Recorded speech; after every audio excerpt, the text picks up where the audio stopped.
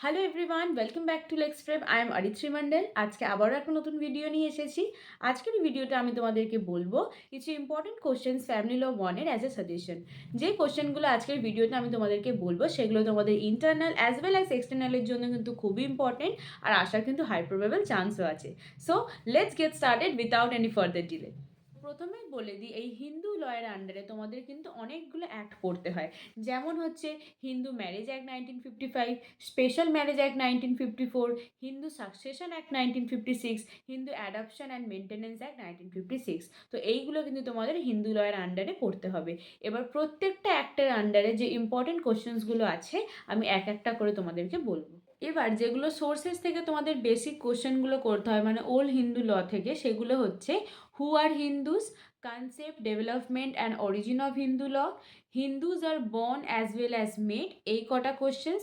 আর এগুলো ছাড়াও তোমরা করতে পারো what do mean by Dharmashastras and Dharmasutras. তারপরেও আছে sources of Hindu law. Sources of Hindu law কিন্তু খুব ইম্পর্টেন্ট কোশ্চেন একটা।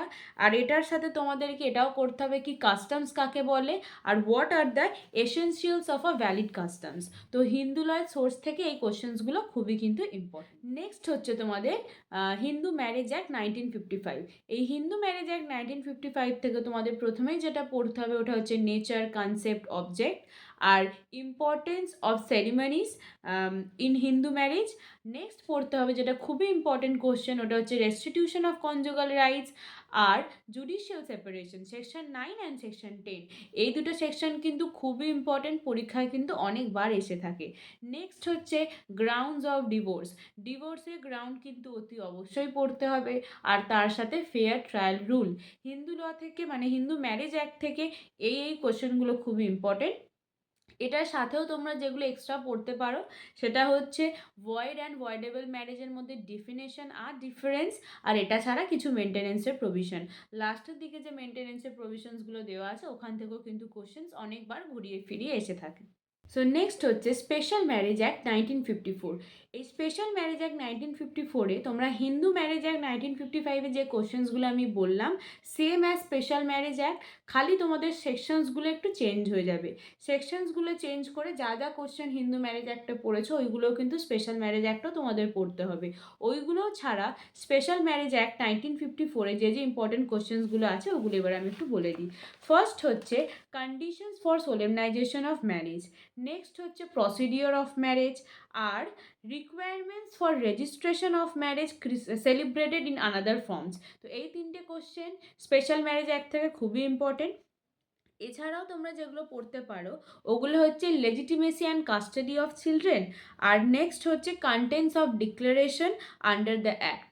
তো এই কোশ্চেন্সগুলো তোমরা স্পেশাল ম্যারেজ অ্যাক্ট থেকে কিন্তু পড়তে পারো। And the next is adoption and maintenance act 1956। এই অ্যাডপশন অ্যান্ড মেনটেনেন্স থেকে যেটা তোমরা প্রথমেই পড়বে সেটা হচ্ছে what do mean by the term adoption and what are the nature and object of adoption. এই দুটো কোশ্চেন তো পড়তেই হবে।